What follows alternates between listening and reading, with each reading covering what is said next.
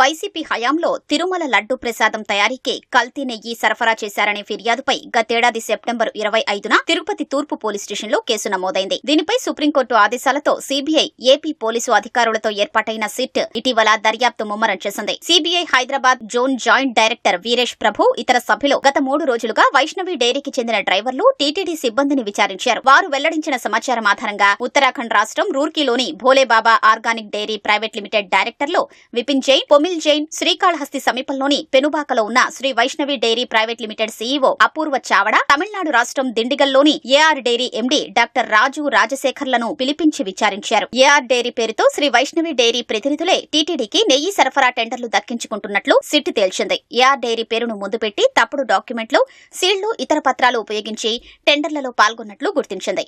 అసలు భోలేబాబాకు భారీ ఎత్తున నెయ్యి ఉత్పత్తి చేసే సామర్థ్యం లేదని, ఆ సంస్థ మిగతా చోట్ల సేకరించి సరఫరా చేసిందని గుర్తించింది.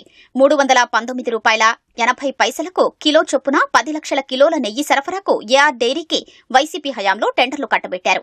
గతేడాది జూన్ నుంచి ఆ సంస్థ నెయ్యి సరఫరా మొదలుపెట్టింది. జూలై 6, 17 తేదీల్లో పంపించిన 4 ట్యాంకర్లలోని నెయ్యి నాణ్యత సరిగ్గా లేదని, కల్తీ జరిగిందని గుర్తించిన టీటీడీ వాటిని పరీక్షించేందుకు గుజరాత్లోని ఎన్డీడీబీ కాఫ్ ల్యాబ్కు పంపించింది. ఆ శాంపిళ్లలో జంతువుల కొవ్వు ఉన్నట్లు పరీక్షల్లో తేలింది.